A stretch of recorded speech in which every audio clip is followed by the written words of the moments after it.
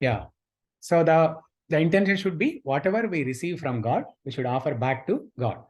That's why in the artis, in all temples, Hindu temples or any temples, what are the different elements or paraphernalia they use in the arti?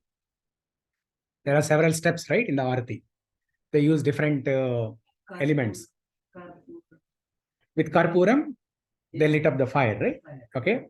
So there is the element of fire and flower. Okay, sound, bell, very good. Water. For flowers, someone said. Mantra, sound, ringing of the bell, sound. Mantra is also sound. Also use the incense. Incense stick, air, right? Yeah. So the nature is made up of Pancha Mahabhuta. Bhumi, Rapo, Nalo, Vayu. Bhumi is earth. Earth, water, fire, air, ether. These are the 5 elements. Pancha Mahabhuta. Even our body is made up of these Pancha Mahabhuta. 5 elements. Earth, water, fire, air, ether. What's the last one? Ether. Yeah. Ether is the space between two elements. There is a space between 2 elements. Even in our body, space between the cells is ether. Maybe the physical form and the spiritual. Between the soul connected to the physical form. Is ether? No. Ether is material. Soul is spiritual. Yeah. Ether is very subtle. Ether, even air, right? Air we cannot see. And ether is even more subtler than air. It's basically the filling. You can imagine something like a filling between the cells.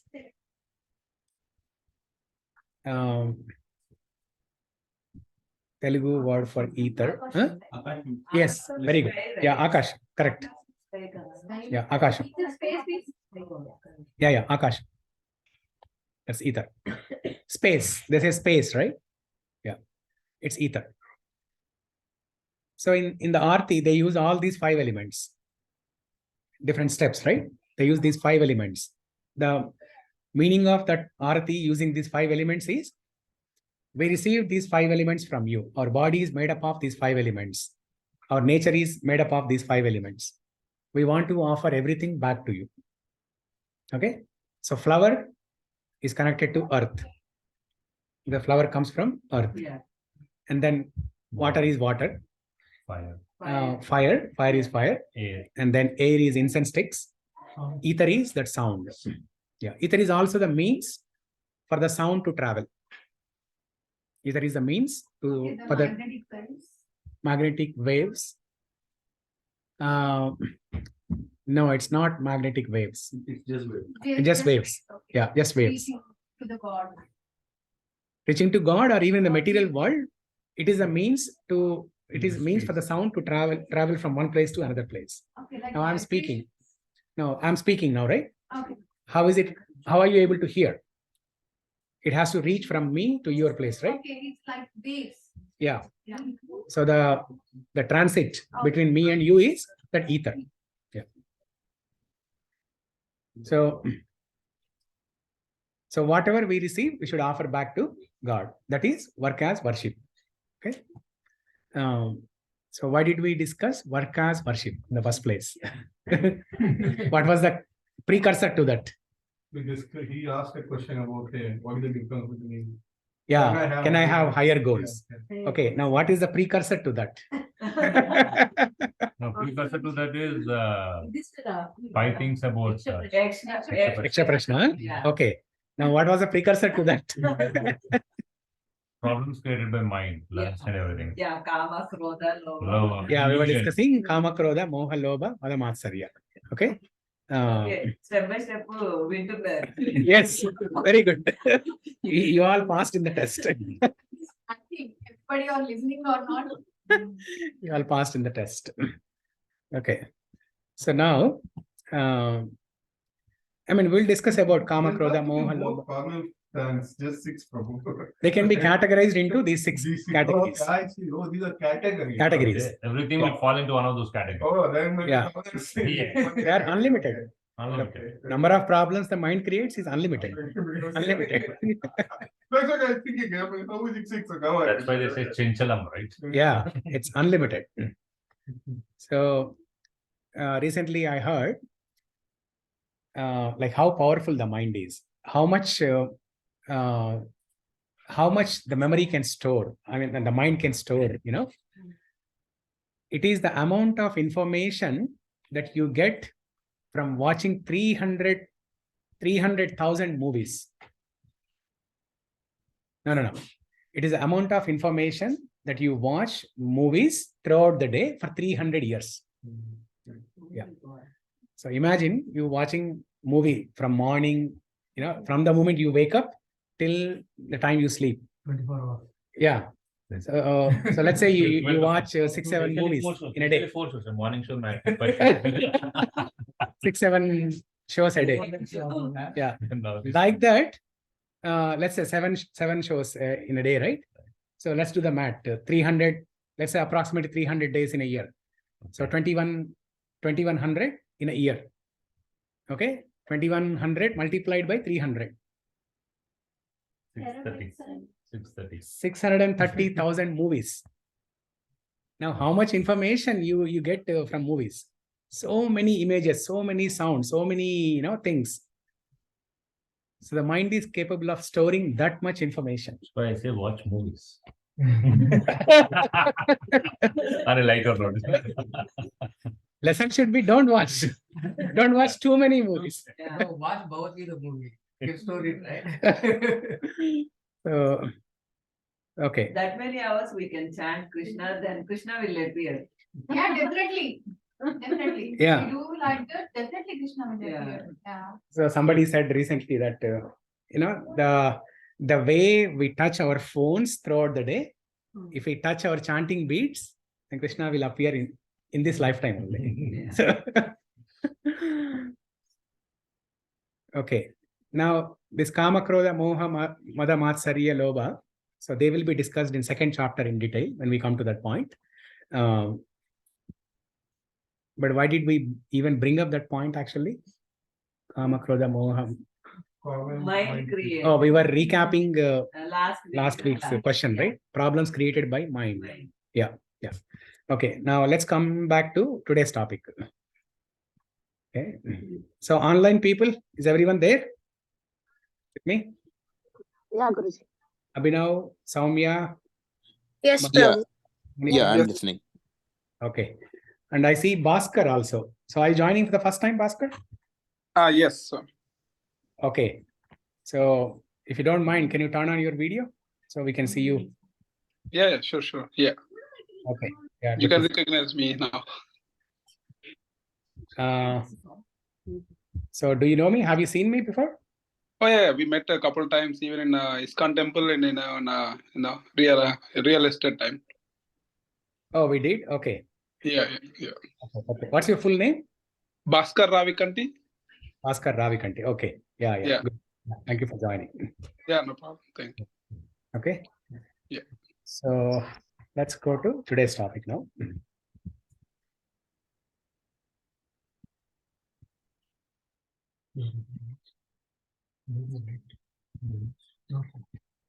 So, would we also talk about solutions to these problems or just the problem? Good question. Yes, we are diagnosing the problem right now. We are in the RCA phase right now. Solution is very simple. Kalpana will tell you the solution. అంతే కదండి. Just chant with sincerity and that will solve all your problems. Exactly. Read Bhagavad Gita sincerely, chant Hare Krishna Mahamantra, that will solve all your problems. Solution is very Recently, I started chanting Krishna. I'm feeling like Krishna is listening my things. Yeah. I'm feeling really that one. No, one question. People chant, people devote sitting in a room, right? So how do they concentrate without disturbance anything. Did you able to do that? Yeah, of course, if your While- mind is while- level, Yeah. then definitely While cooking happens. also I will chant. Yeah. And stretching also. Yeah, seriously. When you wake up and you stretch, I used to count 1 to 10. Why 1 to 10? Why not? Why not Hare Krishna? One time it's like a mantra. Yeah. I just thought about it and I started doing it, and I'm good with it now. Yeah. It comes with practice. Repetition is the key to success for anything. But comes with practice. Knowingly, unknowingly, you still can do Yeah. Krishna, right? Yeah. So even if you don't have proper attention in the beginning, you still chant, and then eventually you'll be able to focus. Yeah. So I have one question. So, like we are learning so many. I have been things. thinking, how come Harshani is so quiet today? So, like we are knowing that Bhagavad Gita has so many aspects, like which one person should learn Yeah. from in his lifetime, right? Like I'm really surprised. Like all the scholars were reading Bhagavad Gita and they are getting the stream of it, right? Yeah. In their life, like how it is useful, and it is useful in many ways, like what it was proved.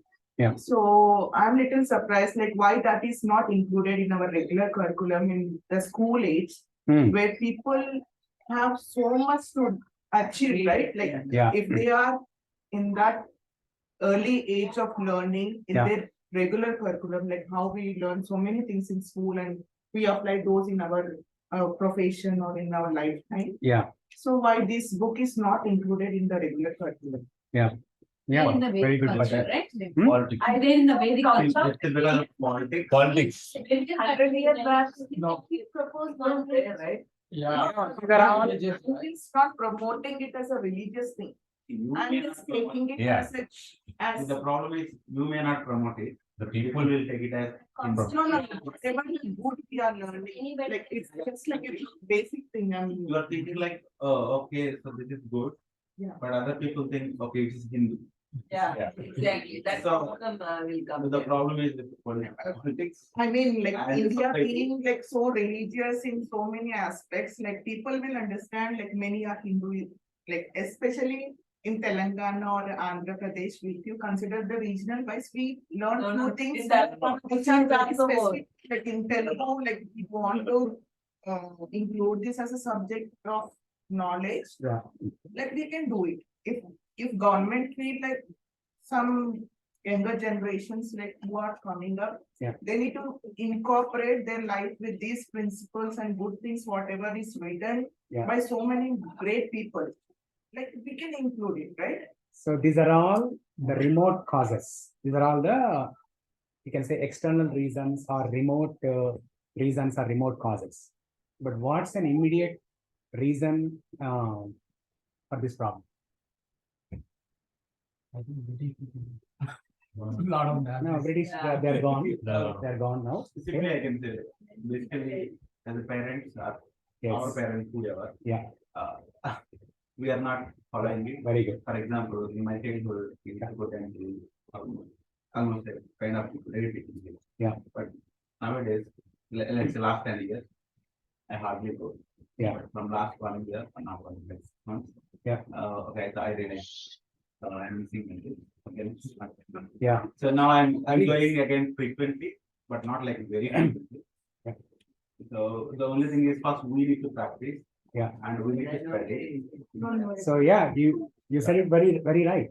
No, precisely that's about it. Yeah. The root cause is parents. An option, like people realize and start doing it at some age, or like how we are doing, like how I am doing, I can say. Like I just don't want to pick on people, but I'm just telling myself, like after 30 plus years, like if I'm starting to realize like whatever is great written by our great people. Yeah. Instead of that, like I already passed the 30 years without any this kind of knowledge. right? Yeah, we are learning everything in life by making Again, mistakes the problem is rather than since that. our parents thought that, okay, if these guys educated, then they will grow. They always think like, they might keep you in hostels. Even who- now also, who- like, yeah. if you discuss with people like I'm going to Bhagavad Gita classes, then people will suddenly like, I'm going to so much stressing. Yeah. You have a problem in your life. You're not happy with your life, basically.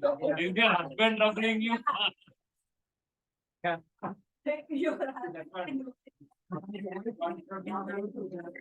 Yeah. Yeah. We did not follow the depression, anxiety. Yeah. Oh, in this year, you are going to Our Bhagavad parents Gita. used to go there. Our grandparents used to go there. At least weekly once. At least. Yeah. But nowadays, our priorities are watching mobile phones. Or, for example, TV series. So, like, What are we want to become successful? You want to be happy? Yeah. By learning the lessons from Bhagavad Gita. You want to become basically, time of development, we keep out. yeah. Yeah, it was So- a perception, like people look at that way, because like if they are going through so much, the way they cannot discuss and they are trying to find some solution going through these classes or these chantings or whatever it is. No, I think there is one more problem. I heard different stories of having this, might be wrong speech, but Yeah. having going into these into early ages. So you no, it is good, but somehow in the media or somehow in the newspapers, I heard way back, right? The people who were studying in Pitspilani, they were into this way early into this one. They eventually quit studying, Yeah. and then they started selling Bhagavad Gita books in the railway station, and eventually, in some reason, they passed away. Some people hit them or something like that. So going into that very spiritual at the young age, you lose everything to your in the material world. You will be disconnected. I think somehow people, No, parents, you will not. A person who has the correct understanding of Bhagavad Gita, they will not renunciate things very immaturely. So That's why I'm 18th telling, chapter, like, whatever we are learning in our basic education, with that, like we need to include this as a part of learning. yeah. Is So what I'm looking at. so now I'll answer you that question. So as so Mahi, what's your husband's name? Subhash. Yeah. He's very smart. Why didn't you bring him to the class? he is very smart. She should, right?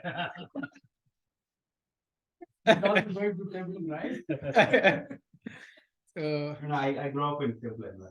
Okay. So, okay. So the problem is now, how many parents in India will be ready if a particular school says that we're going to introduce Bhagavad Gita class from tomorrow? Zero. My parents, because Maybe one or two. yeah, because I live in that. Okay. So the percentage may be 1%. 1%. Yeah. 1 to 2%. Maybe one or two parents in the school. 1 or 2 parents will be ready, like Jyoti and Harsha.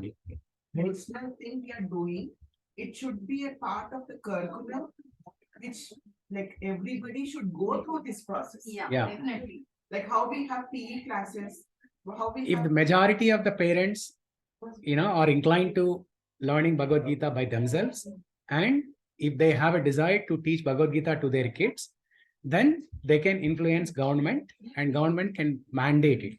Just like first language, second language, they can mandate. They can mandate in the I think schools. We should do that, because if there is something like a big knowledge in that book, like people should learn it at an early age. Yeah, So they can use that knowledge for others. Yeah. Or for the country or for anything. yeah. Now, if you look at Christian schools or Islamic schools, right? They teach Quran, they teach Bible. Yeah. Even in their homes, they teach every Muslim family.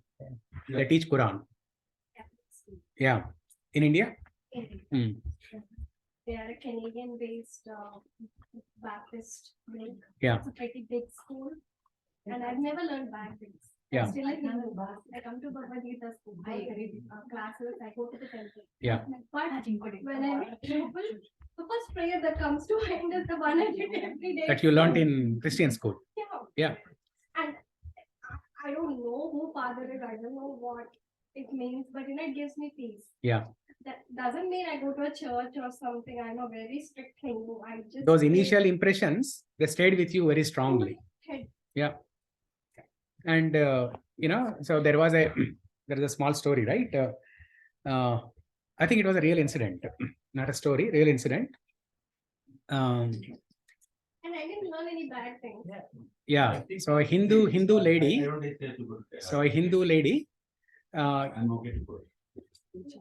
So she married a Muslim, a Hindu lady. She married a Muslim, and then after 1 year, because the parents of the girl, they did not like that, and after one year of marriage, the girl comes to the parents' home, and the parents are very shocked to see the girl completely transformed. She's wearing burqa, and then her all her habits, the culture, everything is Islamic. Everything is 100% Islamic. Parents get shocked so much. They ask her, how did your husband transform you? Like this. Did he give you some drug or something? How did he? Did they brainwash you? Looks like your in-laws, family, they completely brainwashed you. They cheated you. So why did you transform completely like this? Then you know what that lady replied? She said, when I was in this home, when I grew up in this home, I never heard you or anyone teaching Bhagavad Gita or anything. Whereas in my in-laws home, every day, my mother-in-law, she teaches me Quran every day. Then obviously she will learn that, right? Yeah. 1 year is more than sufficient to learn Quran. 1 year is more than sufficient to learn Bhagavad Gita. So within a 1 year of marriage, she became 100% Islamic person. So in Christian schools, Islamic schools, they teach because the parents like it. Parents want it. I think until unless today, like last 3 weeks, we started coming to this one, right? Yeah. Previously, there was Mahabharata classes, Ramayana classes, everywhere, like temple, Hindu Portal temple, and even ISKCON temple. Yeah. So how many parents that we send our kids to there, right? Yeah. Many other priorities are there in our life, but We don't prioritize. yeah, We don't prioritize. Everybody, comes up with an excuse. Yeah. Time. I don't have time. Even at home, if we You don't just teach sit before the God, I get all 4 of us. There's one person who does the puja, but yeah. the other And person nobody will let him. Yeah. Yeah. In family, if one person is doing puja, other 3 people will just stand. Okay. That's it. Yeah. So she taking care of everybody, right? So why should I go sit Things like that. That's like strongly stated. So the facts will be revealed. Yeah. So like this. In this meeting, facts will be revealed. that. I used to do puja, I used to come, and then I will do puja. Yes, You do it you- because it's good Yeah, for if you you. I do, but not every day. get to us. Yeah. So the family, Yeah, we will only get the. That's why they say, right, in temples. Yes. Yes. so the family that prays together stays together. So family that eats together stays together. Family that prays together stays together. But they should know why they are doing puja. Like Yeah, that's simply they do it and they don't know what is the purpose. Yeah. Like people go temples, No, right? They don't know what is the purpose. No, of for it. everything you can't have a purpose, right? All you have to do is have a 2 minutes or 3 minutes peaceful attention. That is more than enough. You don't have to be. So in the beginning, you start with that. Yeah. then Even if you after don't get know, the you purpose start of- with that. But eventually you learn why you are doing whatever you are doing, you learn. But yeah, most of the times people come up with an excuse, I don't have time. Whether to come to temple or to come to, classes like this, they say they don't have time. There is a shloka in Vedas, not in Bhagavad Gita, but in Vedas. Shatabihaya bhoktavyam sahasram snanamacharet laksham vihaya datavyam kotim tyaktva harim bhajet. Shatabihaya bhoktavyam means you must eat at the right time. Even if you have, shata means 100, right? Even if you have 100 things to take care, you should abandon all those things and eat your food at the right time. Shata vihaya bhoktavyam. Bhoktavyam means eating. Okay. Shata vihaya. Even if you have 100 things to take care, you should abandon those and come and eat at the right time. Sahasram snanam acharet. Sahasra is what? 100. Shata is 100. Sahasra is 1000. Even if you have 1000 things to take care, you should take your snana. Sahasram snanam acharet. Laksham vihaya datavyam. Even if you have 1 lakh, Laksha is 100 or 1 lakh. Even if you have 1 lakh things to take care, abandon them and do charity. When it is the right time, you should do charity. Charity. Datavyam means charity. Laksham vihaya datavyam. And then the last one is kotim tyaktva harim bhajet. Even if you have 1 crore things to take care, you should abandon those and worship God. And worship God. You cannot say, I don't have time. Just like for eating, you cannot say, I don't have time. Most of the people do, right? Rarely we skip. Very rarely only we skip. Yeah. For So- praying God, we always skip. Yeah. Just like Kind of inverted. it's kind of inverted. Yeah. Yeah. The other 3 principles we take. Yeah. You know, snanam, even if there are many things, but we do snanam. Even if there are 1000 things, we still eat. And even if there are 1 lakh things, we do sometimes we do charity, right? Everybody does charity once in a while. But worship of God is most neglected. Yeah, they say no time. Yeah. So Because he's not there to judge you, right? Around you. That is other we thing. think we are in control. Yeah. We think we are the doers, we are in control. Why do I need anyone else? Why do I need to even acknowledge some higher authority? Why do I even worship God? What am I getting? You know? Okay, now let's look at the glorifications of Bhagavad Gita. Now, in order to be convinced that this knowledge is the best, then we should understand the glories of Bhagavad Gita. Some history and glories of Bhagavad Gita. So as we discussed in the previous classes, Bhagavad Gita is part of Bhishma Parva in Mahabharata.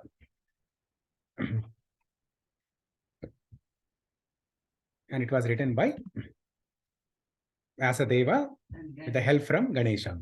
Okay, so you can see the picture here. Vyasadeva is narrating and Ganesha is writing the manuscript on palm leaves. Now, so this is a very gigantic picture. The font is so small. Okay, I'll explain you in summary. So the entire Vedic knowledge can be divided into 2 categories, Shruti and Smriti. Shruti means, so what's the meaning of Shruti?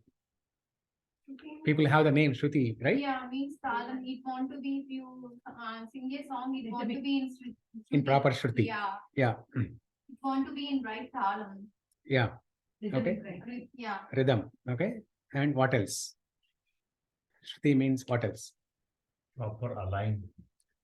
Proper align. No. In tune. You're close. When you said sound, you're In tune. in tune. Okay. It should have some proper meaning. Proper Meaning, meaning. whatever we are saying, it should have a meaning so that the person should understand, the other person should understand what she's saying. Hearing. Yeah. Google, huh? Chat GPT, huh? Chat GPT. No, she's sincere. Yes, hearing. Shruti means hearing. Smriti is remembrance. Remembrance, memory or remembrance. Shruti and Smriti. Shruti is hearing. Smriti is remembrance or memory. So, Shruti means remembering. Shruti is hearing. Hearing. Yeah. Smriti is remembrance. Remembrance. Remembering. So, one set of Vedas, they belong to Shruti category. Other set of Vedas, they belong to Smriti. So what exactly Shruti and Smriti mean is, Shruti means something that you hear. Something that you hear and then you write it down. Okay, that is Shruti. Smriti is Shruti is You hear and you learn. You hear and you learn. Smriti is you remember based on an incident that occurred. You remember based on an incident that occurred. That you may learn about that incident from a third person, not from the first person or second person. So that's how we learn about incidents in our life, right? We always hear about incidents from someone else who may not be part of that incident. So you hear from somebody about an incident that occurred. For example, Ramayana. Ramayana is called Itihasa Purana. Mahabharata is also Itihasa Purana. Ramayana, Mahabharata, Itihasa Puranas. So how was Ramayana? No, Bhagavad Gita comes into a special category. It is Shruti and Smriti both. It is Shruti within Smriti. So I'll explain you that. So Ramayana, how was Ramayana written? Valmiki, but how did he write? How was he able to write Ramayana? With power.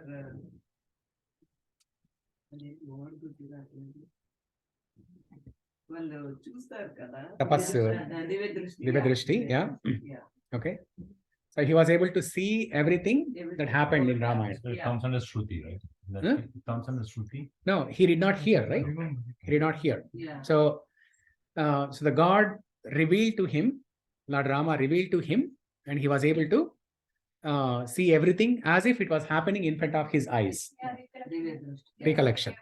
Yeah, he was recollecting. It's like a flashback of everything that happened.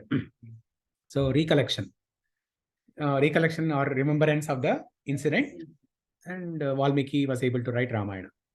So similarly, Mahabharata also, right? Mahabharata, Vyasadeva, he was not part of Mahabharata, but he was able to remember, recollect everything, and then he sat down to write with the help of Ganesha. And that is Smriti. So Shruti is you directly hear from the person who is speaking that Vedic knowledge. So all the Vedas, all the 4 Vedas, Rig Veda, Sama Veda, Yajur Veda, Atharva Veda, these 4 Vedas come into Shruti category. And there are so many subcategories here. You can see on the picture here. So in Vedas, there are Samhitas, Brahmanas, Aranyakas, Upanishads, and then there are Vedangas that talk about particular aspects of the Karma Kanda rituals. For example, Kalpa talks about rituals. Shiksha talks about the pronunciation of the mantras. Vyakarana is grammar. If you want to learn Sanskrit, it takes 12 years. So you should refer to this Vyakarana, Nirukti. Nirukti is etymology. Okay. Basically, contextual meaning of words. Nirukti means contextual meaning of words. Sanskrit is so rich that same word can mean 100 different things. For example, Atma, the word Atma. So our general understanding of the word Atma is soul. But Atma can also refer to mind. Atma also means mind. And Atma also, in some context, Atma also means God. Yeah. So that is Nirukti, etymology. That means understanding the contextual meaning of the words in Sanskrit. So there is Shiksha, the pronunciation, how to pronounce the Sanskrit words. And then there is Vyakarana, grammar, that talks about Chandas and all those things. Okay, Nirukti, the contextual meaning of the words. No, then Chandas is different. That's another limb. And then Jyotisha. So that, you don't need to remember, you don't need to write down all these, details. But this picture basically tells us that there is Shruti and Smriti categories of Vedas. And Bhagavad Gita is a special category. It is Shruti within Smriti. The Mahabharata is Smriti. And within that Smriti, Bhagavad Gita was spoken by Krishna. It's a direct hearing from Krishna. That is Shruti. Samhita means the part of Vedas. What is the meaning of Samhita? Growth Samhita. Samhita is it's part of the 4 Vedas, as you can see here. I think it deals with mantras. Yeah, mantras. Okay, Samhita means mantras. Yeah, like Brahma Samhita, right? Yeah. So it's a glorification of the Lord. Okay. Ishvara, Parama, Krishna, Sachidananda Vigraha, Anadiradir Govinda, Sarva Karana Karanam. Lord Brahma glorified Krishna with mantras. That is Brahma Samhita. It's a collection of mantras or prayers. Samhita means the collection of mantras, all the mantras. Yeah. The word Samhita means collection. Yeah, collection of mantras.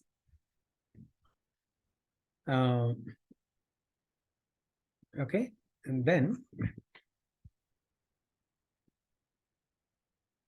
a little bit about history of Bhagavad Gita. So when was this spoken? Is this hiding here?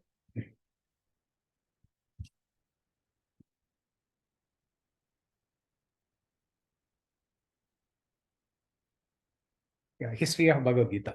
So the first time it was spoken by Krishna is 120 million years ago. It was spoken by Krishna to sun god Vivaswan.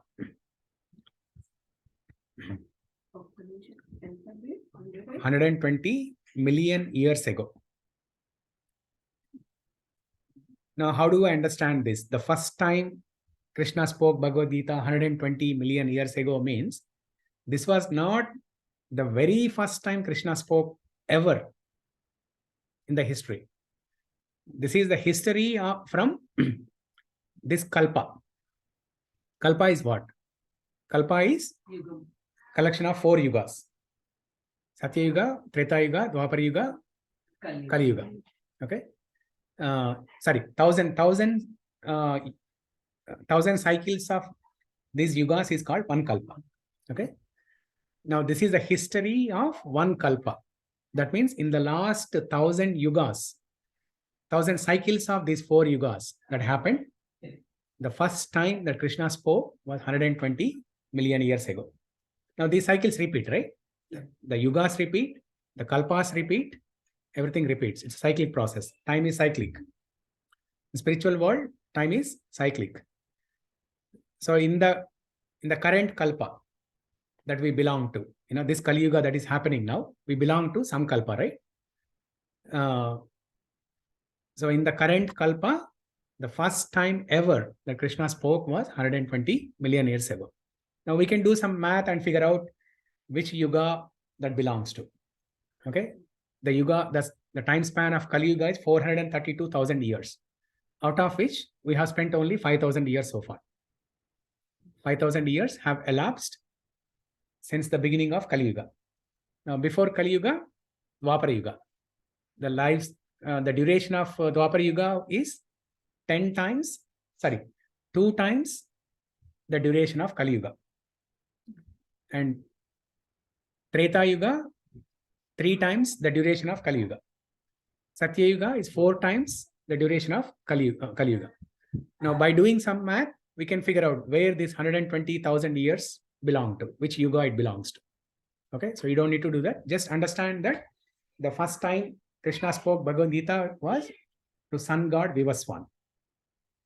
And then, so you have to understand this picture in a crisscross way. Okay, it's not vertical or linear. So you start with the rightmost side 120 years ago, and then come to the left side.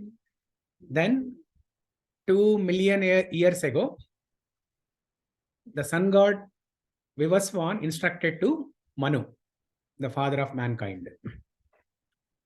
And then later, 5,000 years ago, Krishna spoke Bhagavad Gita to Arjuna. And after that, 1,200 years ago, Shankaracharya wrote a commentary on Bhagavad Gita. Shankara Bhashya. 1,200 years ago. And then 1,000 years ago, Ramanujacharya wrote Bhagavad Gita Bhashyam, commentary on Bhagavad Gita.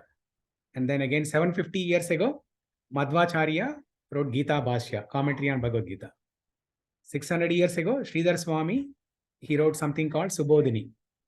And then 350 years ago, Vishwanath Chakravarti Thakura, he wrote Sartha Varshini Tika. And then 250 years ago, Baladev Vidya Bhushana. And then in 1886, Bhaktivendanta Thakura. He was a magistrate in British government time. He was a magistrate, Bhaktivendanta Thakura. So he wrote a commentary on Bhagavad Gita. And then finally in 1972, Srila Prabhupada wrote 72. He wrote the Bhagavad Gita that we are all seeing. Jyoti, can you show that Bhagavad Gita book to everyone? Yeah. So that Telugu version or this English version, this version was written by Srila Prabhupada in 1972. And since 1972, some, I don't know, 10 million, 20 million Bhagavad Gitas were distributed in the world. Yeah. But all these versions are good. All these other versions, Shankaracharya version, everything is good. Yeah, yeah. Yeah, they're all good. These are all bona fide. These are all bona fide. Shankaracharya's, Shankara Bhashya, Ramanujacharya commentary. These are all bona fide ones. Yeah. I mean, there are 1,000 other commentaries, right? Everything They are not bona fide. Everything is safe. Yeah. So basically, Why they have see, 50 years back, if you see Telugu, now Telugu, we will not understand 50 years back. So basically, they are like making easy for current generation. Yeah, they explain the same message with contemporary examples. That is one reason. Another reason is there are 4 sampradayas, right? Yeah. We discussed in DYS time. Rudra Sampradaya, Kumara Sampradaya, Sri Sampradaya, and Madhva Sampradaya. So on the screen, you see Ramanujacharya belonging to Sri Sampradaya. Yeah. So they wanted to have a commentary of their own. It's the same. It's a true message of Krishna. Whatever Krishna spoke, it's a true message only. And Shankaracharya, he belongs to. But the explanation is different. Commentary is different. Yeah. The meaning that the essential meaning is same. The shloka and the translation, everything is same. But how they explain is different. Commentary is different. Yeah. Okay. Now, okay. Now, glories of Bhagavad Gita. There are different personalities who glorified Bhagavad Gita at different times. They're all very good, but who can glorify Bhagavad Gita better than anyone else who has spoken it? Lord Krishna spoke Bhagavad Gita, and he would be the best person to glorify Bhagavad Gita. And Krishna glorified Bhagavad Gita in chapter 9, shloka 2, 9.2. Rajavidya Rajaguhyam Pavitram Idamuttamam Pratyakshaavagamam Dharmyam Susukam Kartum Avyayam. Okay. By parent, what's my name? Samarth. Samarth, right? Samarth. Yeah. Samarth, can you read this translation? Raja Vidya Raja.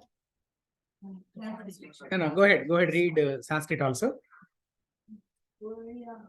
Yeah.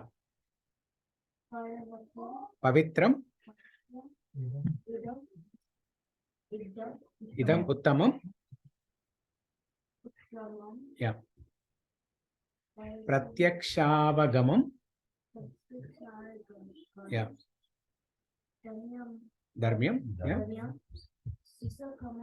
Sisukam. Kartum. Avyayam. Yeah. Very good. You now read the English translation. The knowledge is the king of education, the most secret of all secrets. It is the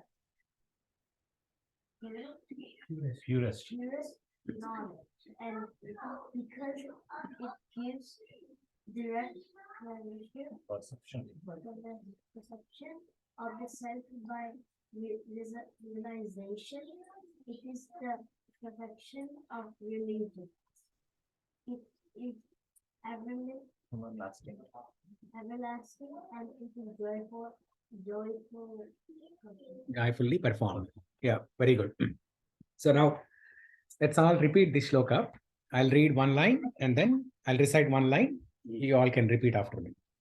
Rajavidya Rajaguhyam Pavitram Idamuttamam Pratyakshaavagamam Dharmyam Susukam Kartumavyayam. Yeah, very good. So I didn't pay attention to Sanvi today. So how are you, Sanvi? Okay, good to see you in the class. So, okay, so you want to read the translation one more time, very clear and loud. This knowledge is the king of education, the most secret of all secrets. It is the purest knowledge, and because it gives direct perception of the self by realization, it is a perfect religion. It is everlasting and it is joyfully performed. Very good. So Krishna is glorifying his own work. Okay, now when somebody does that, we'll think that he's boasting himself. Self-dabba. But who can glorify Bhagavad Gita other than Krishna himself? Who can glorify Bhagavad Gita better than anyone other than Krishna? So that's what Krishna is doing. Now, if you ask the president, who is president, what should president say? They will rule us. No, I'm doing whatever you want. No. If somebody goes in front of president and asks, who is president? What will he say? I am the president. Right? He should say, I am the president. And just because he is saying, I am president, we should not think that, he is boasting himself. So he should say, I am the president. That's what Krishna is doing. Krishna is saying, this is another argument some people make, right? Who is supreme? Is Lord Shiva supreme or Krishna supreme or Rama or Vishnu or Narayana? Who is supreme? Now some people argue saying that Krishna, just because he is saying in Bhagavad Gita, it doesn't mean he is supreme. Because he is supreme, he is telling that I am supreme. So now people make a weird argument saying that, just because Krishna is saying himself, it does not mean he is supreme. So similarly, Krishna is glorifying his own work. He's saying this knowledge is the king of education, Raja Vidya. Raja is king. Raja Vidya. Vidya is education. This knowledge is the king of education. Now, what does Krishna mean when he says king of education? As Harshani said, right, little before. Since this knowledge is the best, why not we include this in the curriculum? Now, there are some people who acknowledge that this is the best of knowledge. As Krishna is saying, this is the king of knowledge. Why this is king of knowledge is,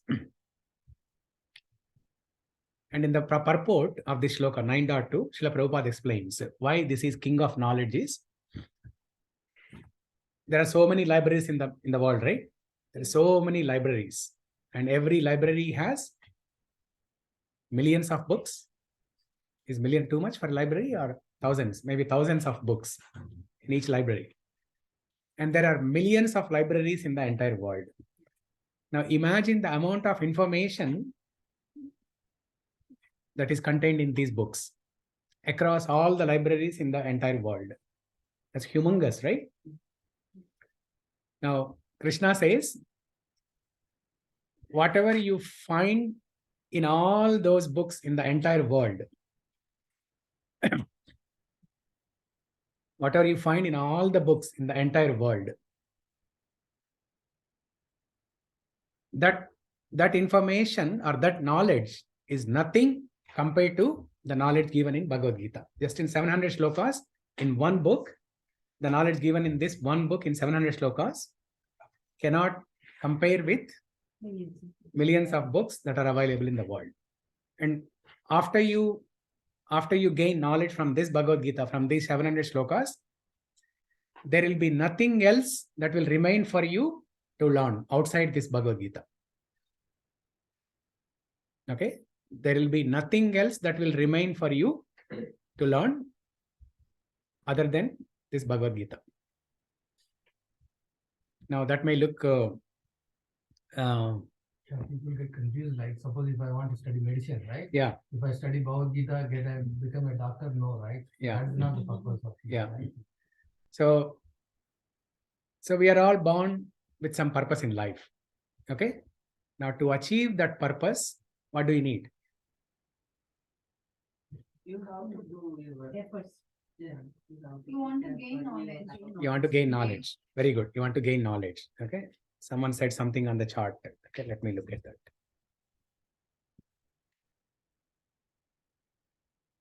Okay, maybe he has to go. Okay, yeah. So to understand the purpose in life, we need knowledge.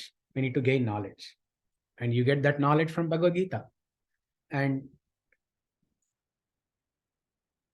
after you understand the purpose in life, now you need to work towards achieving that purpose.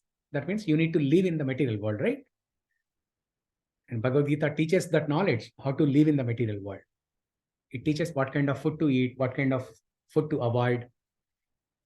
And when you are living in the material world, you are encountered with so many problems from your surroundings. It can be problems from other living entities, problems from nature, problems from your own mind. So Bhagavad Gita teaches that knowledge, how to handle these problems. Problems created by other living entities, problems created by our own mind, problems created by nature. And Bhagavad Gita teaches how to perform your own role in the material world, whether you are a parent, teacher, a politician, president, or whatever. How to perform your duty efficiently in whatever role you are in. Bhagavad Gita teaches that knowledge. Everything, whatever you see in the material world, see all these libraries, what kind of books they maintain. They maintain some personality development books, some story books, some academic books, Sci-fi, some entertaining books. thriller, everything, all kind of Non-fiction. Yeah, fictional, non-fictional, everything. And you have everything in Bhagavad Gita. Whatever personality development that they are teaching in the libraries, you have everything in Bhagavad Gita. And right from the root cause of a problem, actually. See, in all the libraries, whatever books you see, they don't address the personality development books, especially. They don't address the problem from the root cause, because nobody knows the root cause of the problem. For example, how to control mind, or how to control desires, and how to control lust. They don't know the root cause of these problems. Krishna teaches this in the right in the beginning of the Bhagavad Gita. In second chapter itself, Krishna teaches what is the root cause of these problems. We discussed the different problems, Kama, Krodha, Moha, Mada, Matsarya, Lobha. But what is the root cause of all these problems? Krishna teaches that in Bhagavad Gita. So, and in fact, all the personality development speakers or even the books, they cannot, or they have failed. They have failed to motivate people enough for a long time. For example, if you hire a personality development speaker and arrange some classes in a corporate company, so people will listen to that person for some time. But after a while, the same speaker cannot continue to motivate this set of people for a long time. The same books and same person cannot continue to motivate these people for a long time. Whereas Bhagavad Gita, even though it's one book, 700 slokas, every time you read, it's a different learning. Every time you read, it's a different learning, and it can keep you motivated. It can keep you enthused for your lifetime. Yeah, that's the power of Bhagavad Gita. So this is Raja Vidya, the king of education. And this is the real education. All the other education that we learn in the schools or in libraries, that is not real. It helps you how to perform your material duties, but it does not teach you the real education. The material education does not give you the real education. Whereas this knowledge of Bhagavad Gita gives you the real education. That's why this is the king of education. And this is the most secret of all secrets, Raja Guhyam. Second word in the shloka is Raja Guhyam. the most secret of all secrets, or this is the most confidential knowledge. There are three types of knowledge: confidential knowledge, more confidential, and most confidential. So what is confidential knowledge? Confidential knowledge is to know that I'm a spirit soul. That is the first level of knowledge. It's a confidential knowledge. I mean, it's in one sense, it's not confidential. Everybody can hear these words, right? I am a spirit soul. Everybody can hear this. So in that sense, it's not confidential. It's like an open book. It's like an open secret. So even though it is open, but this knowledge is not available to everyone, because not everyone is approaching, right? Not everyone is ready to receive this knowledge. That's why it is confidential. So the first level of knowledge, or the confidential knowledge, is to know that I am the spirit soul. I am not the body, but I am eternal spirit soul. So next level of knowledge is more confidential. More confidential is to know that besides the spirit soul, there is also super soul. Besides the spirit soul, there is also super soul, Atma, and then Paramatma. So that is more confidential. And then the most confidential knowledge is to know the relationship between Jivatma and Paramatma. Yeah, that is most confidential. So this Bhagavad Gita teaches, especially this chapter 9, where this shloka is mentioned, right? It teaches the relationship between Atma and Paramatma, Jiva and Ishvara. Okay? Relationship between living entity and God. Can you explain the second one? What is more confidential? Yeah, so confidential is to know that I am spirit soul. Next level is more confidential. More confidential is to know that besides the spirit soul, there is also super soul. Yeah. So basically, knowledge of super soul is more confidential. Then most confidential is to know the relationship between the two. So Bhagavad Gita teaches all three, and especially this chapter 9, it teaches the relationship between Jivatma, Paramatma, or living entity, and God, and how to develop love for God. That's the perfection of any religion, how to develop love for God. So Rajavidya, Rajaguhyam. So what's the time? 1:05. Huh? Okay. Okay. So maybe another 5-10 minutes. Yeah. Now Rajavidya, Rajaguhyam. That we learned, right? Next, Pavitram. Pavitram is, it is the purest knowledge. So this knowledge is purifying the souls. This knowledge of Bhagavad Gita is purifying the souls.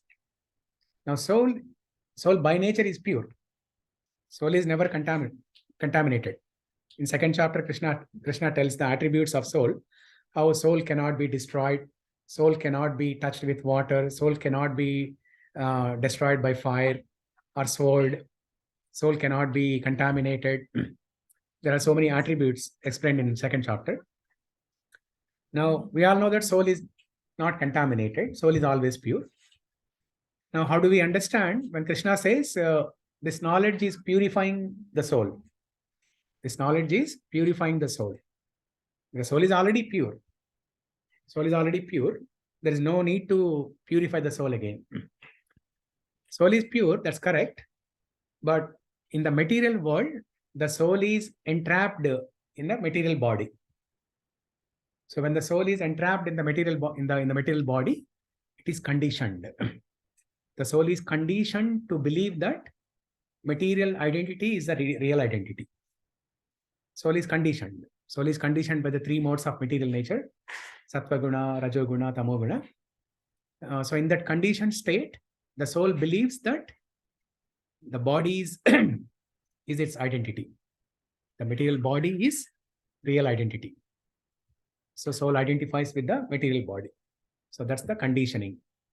So this knowledge of Bhagavad Gita purifies that conditioning and awakens the real identity, so that soul will remain pure.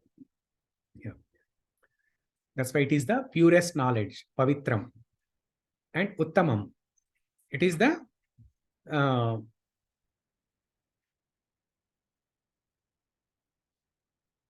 Uttamam. It teaches the highest religion. It is the highest form of religion. So what is highest form of religion?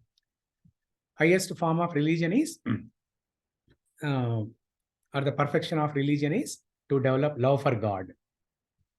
Okay, the perfection of any religion is to develop love for God. Most of the times, people don't know the definition of religion. Okay, they just give some names: Hindu religion, Christianity, Islam, but they don't know what religion is, and they don't know the purpose of religion. So, in general sense, religion means a way of life. Okay, it can be called as culture or way of life. Religion generally means way of life. But the perfection of any religion, whether it is Hindu, Christianity, Islam, these are all man-made, even though they are man-made, but the perfection of any religion is to develop love for God. Okay, so this knowledge of Bhagavad Gita, it teaches that Uttama, the highest religion, which is to develop love for God. And Pratyaksha Avagamam. Pratyaksha Avagamam means it gives direct perception of the self by realization. If you look at the translation there, it gives direct perception of the self by realization. Now, most of the times, people think spirituality means it's a blind belief. It's blind faith. So we have to, whatever Guru says or whatever the books are teaching, we have to believe blindly. That's the general misconception. Pratyaksha Avagamam. Pratyaksha Avagamam. So Pratyaksha means direct. Avagamam means perception or realization. So the general misconception is people think spirituality means it's a blind faith, blind belief. We have to, we should not ask any questions. Whatever gurus are teaching, whatever the scriptures are teaching, we have to put blind faith in that. No, that's not true. It's a scientific process. Spirituality is a very scientific process. For example, cow dung is antiseptic. Given in Vedas, cow dung is antiseptic. Now, we don't have to believe that blindly. You have to put some faith that is there, but it's not blind faith. You put some faith, and then you bring cow dung to your home, and you verify whether it is antiseptic or not. You mix that with water and then put in the front yard of your home, and you will see yourself that no bacteria, no mosquitoes, nothing comes near that area. Yeah. So it keeps all bacteria away. So it is antiseptic. So knowing that cow dung is antiseptic is theory. That is jnana. There is jnana and then there is vijnana. Practical doing it, practical. Practical realization. Practical realization of the knowledge is vijnana. So when you bring the same cow dung to your home and experiment with it and experience by yourself, that is vijnana.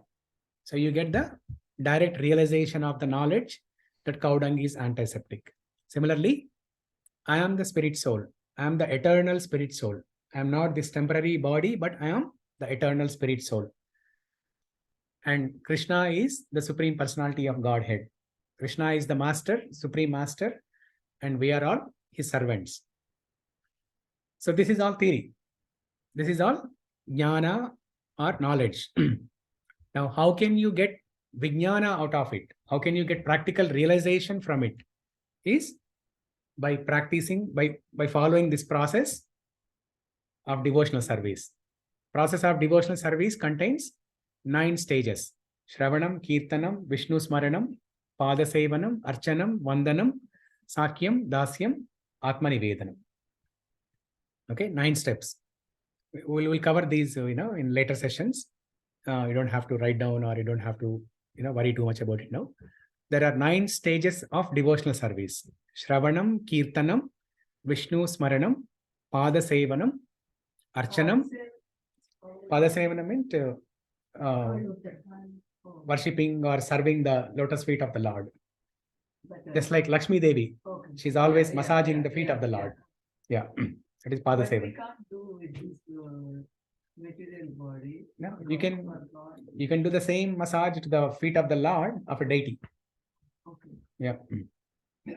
So at your home, whatever deities you have, right? You are worshipping with earth, water, fire, air, ether by offering arati. Yeah. But you can also do pada sevanam. You know, see, the Lord is always, he's standing in your home, right? All the time. Yeah. You can also massage his feet. He's standing all day long, right? Yeah.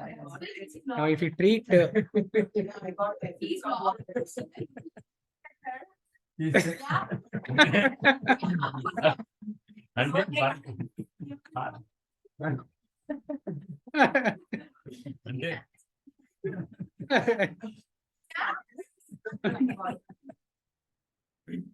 కాదు మన husband దేవుడితో సమానం అంటారు కదా అంటే another signal from here. Yeah. So, all this while he was telling or Sudhakar was telling? Oh, both of them.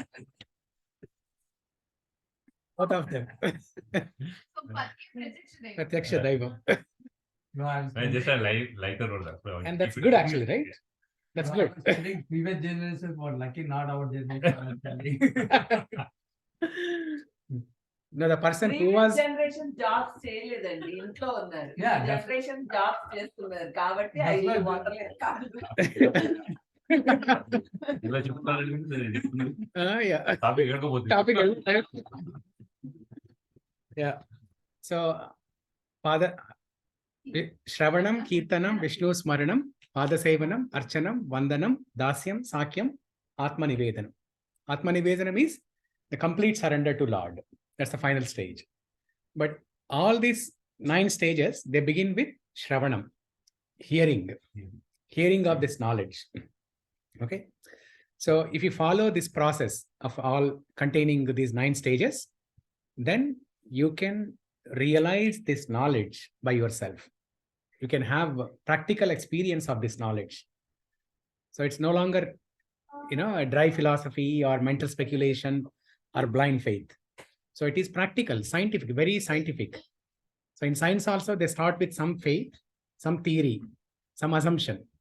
And then there is a process to experiment. And then once they follow the process to do the experiment, they conclude with results. Yeah. They conclude with results, saying that whatever assumption or theory they started with, that is true or not. That's the conclusion. Similarly, if you follow this process containing 9 stages of devotional service, Krishna is telling Pratyakshaavagamam. You can experience this knowledge by yourself. It gives, okay, Sanvi, read that line again. It gives direct perception. No, the middle line. It gives direct perception. It gives direct perception by the self of realization. Yeah, it gives direct perception of the self by realization. So, okay. And then Dharmyam, it is the perfection of religion. We kind of discussed that. Perfection of religion is developing love for God. Susukham, it is joyfully performed. Susukham means it is joyfully performed. This process is not boring. The process containing 9 stages of devotional service, Shravanam, Kirtanam, Vishnu Smaranam, all these 9 stages, they are not boring. Yeah. Krishna is saying this process is performed joyfully. See, when you come to our temple in Samamish, you can experience how this process is performed joyfully. Because what do we do there in the temple? We sing, Yeah. we dance, we eat, we participate in festivals. So many things. In the service. Yeah, there is service. Yeah, we serve others also. Yeah, there are so many things. You can really experience how this process is joyfully performed. So, see, whenever somebody wants to achieve joy, what do they do? They go to a party, right? Friday evening, Saturday, Sunday, they go to parties. And what do they do in parties? No, what are the different things? They eat, they dance, drink, they sing, they drink, and then they play jokes. Yeah. Huh? finally they complain. They talk, they play jokes. Very good. Finally, they complain. And they next day morning they realize. Yeah. But here in the temple, we do the same activities. We eat, we drink, we dance, we talk to others, we play jokes, we chant, we do all these things, and in the end, we don't complain. We want to do it more. And without cost. Yeah, Party everything is free. Yeah, you have to pay money. Yeah, everything is free. If you pay money also, you won't get peace of mind. But going No. Yeah. Money comparison. Yeah. I'm saying. Lot of In the temple, we will get everything. everything. In the party, you have. Everything is in the sense peace of mind. Yeah. Pleasantness. Yeah. Connecting to God. So you get happiness, by following this process. Okay, somebody has something on the message. Okay, yeah, they have to leave. So it is joyfully performed. That is susukam. Because most of the times, the problem is when we ask people to take up spirituality, they think it's boring. The other processes are boring. Like what, Kriya Yoga, meditation, those processes are boring. But not Bhakti Yoga. This process is known as Bhakti Yoga. The 9 stages that I described, the collection is known as Bhakti Yoga. This process is not boring. The Karma Yoga, Jnana Yoga, Ashtanga Yoga, the meditative processes, they can be boring. Now, Sudhakar has seen both sides. He has seen the other side and this side also. Now he can watch for it. And he will get 1 second motion in 1 second. Jyoti. Yeah, 1 second motion. Yeah. So, no, I have cookies for everyone. Yeah. They're feeling hungry? Okay, yeah. So this is Susukam Kartum Avyayam. Avyayam means everlasting, eternal. Whatever you do in this process, whatever you do in Bhakti Yoga, the result will stay with you forever. If you achieve 5% progress, it will stay with you in the next life also. And next life, you will start from 6%. Whereas other processes like Jnana Yoga, Karma Yoga, Ashtanga Yoga, if you don't achieve perfection in this life, next life, you have to start from 0. From scratch. Whereas Bhakti Yoga, it continues with you. It stays with you forever. It stays in the subtle body. You have to get perfection in this life. Otherwise, next life you have to start. Yeah. So that is Avyayam, everlasting, eternal. Okay, so I think we can stop here. It's 1:21 already. Any quick questions? 1 or 2 quick questions. So what is the 9 forms of 9 stages that we can pray God, right? 9 stages that we perform. Yeah. Functions towards the God. So what you said, the last one, offering to God. What is it? Atma Nivedana. Complete surrender to God. So like Bali Chakravarti. So when so you know the story of Bali Chakravarti. So when the Lord appeared in front of him, Vamandev, right? When Vamandev appeared in front of Bali Chakravarti, so Bali Chakravarti asked, "What can I offer you, my Lord?" The Lord said, "Give me 3 steps." Right? Yeah. Give me 3 steps. Then give me 3 steps of land.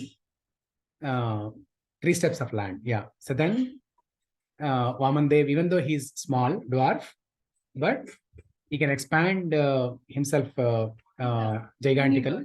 Yeah. So he extends his first step and then asks Bali Chakravarti to give land of that entire area wherever Vamandev was, extending his leg. And then the second leg also. No.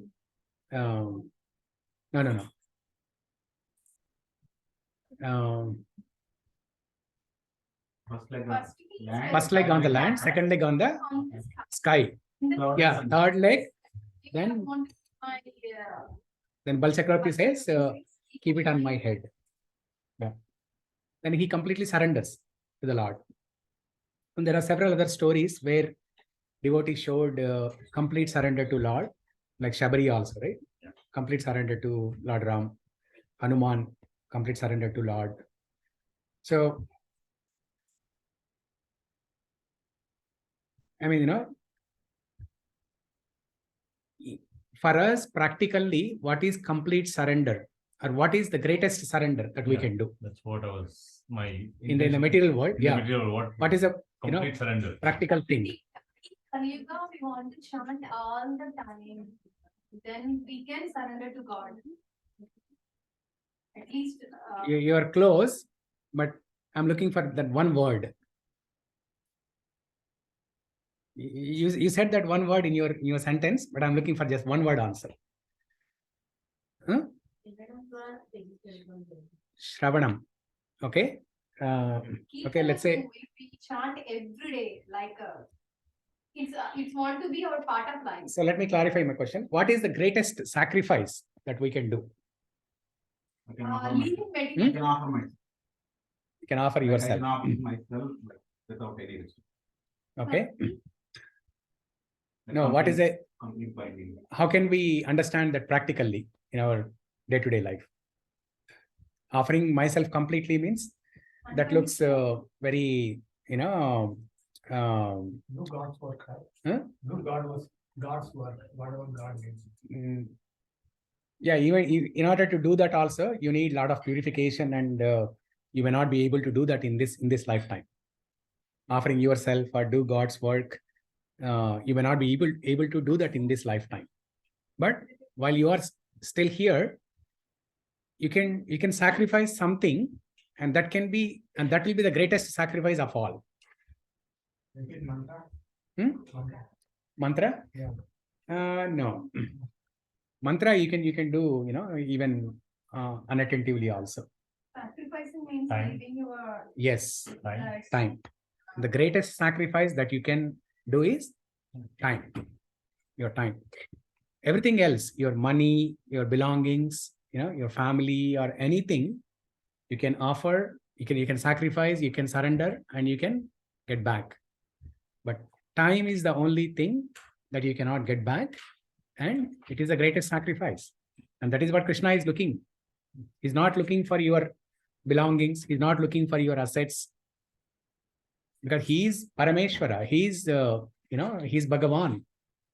He's the owner of. You can get everything. Yeah. But if you give your time to him, you can get everything. If you give time to him, if you give your time to him, if you sacrifice your time to him, everything else is taken care of. Yeah. But all the time, we don't give our time. Time to hear, as you said, time to hear, time to chant, time to perform these 9 processes of Bhakti Yoga. We don't give time. Yeah. Always race against time, right? Hmm? You're always running behind the time. Yeah, we are racing against Racing the time. against time. Yeah. That's We're right. always running here and there, Yeah. not knowing where we are heading Very, to. very. Yeah. 6th one after Padasevanam. Shravanam, Kirtanam, Vishnu Smaranam, Archanam, Dasyam, Sakyam, Vandanam, Padasevanam. Sorry, Vandanam, Atmanivedanam. So you tell me what you got, I'll fill the remaining. So Shravanam, Kirtanam, Vishnu Smaranam, Padasevanam, Archanam, Dasyam, Sakyam, Sakyam, Atmanivedanam. Atmanivedanam. What is Sakyam? Sakyam is friendship. Yeah. So we are maybe at the second one, we are Shravanam is listening. We are in the first stage, Shravanam. Kirtana Madu, Pegi Kirtan, so I am in the second one, I think maybe. Yeah, we perform other limbs. Analyzing ourselves, We participate in other limbs also, but the first and foremost limb or first and foremost process is hearing, Shravanam. You got a desire to participate in kirtans by hearing, right? Saying that someone told you kirtans are happening at some place. Kirtan is very good. First time you hear from others when they are singing, and next time when you go there, you can sing. Yeah, but everything starts with Shravanam, by hearing. So Might be a dumb question. So you have been practicing or preaching or everything, whatever you call it, right? For almost like a decade, close to a decade. Yeah. Right? I've been following this process. Following this process. Yeah. Right? So I'm just, where are you in those 9 steps? Where do you put yourself in those 9 steps? I'm still in that 1% of the progress. Yeah. I'm still in the 1% of the progress. And every day you have to leave lunch. Oh. Oh, okay. Okay. You should have brought her here. Yeah. Yeah. Okay. Sure. Thank you. Bye, Sanvi. Bye. Okay. So let me end this call and we can continue discussing.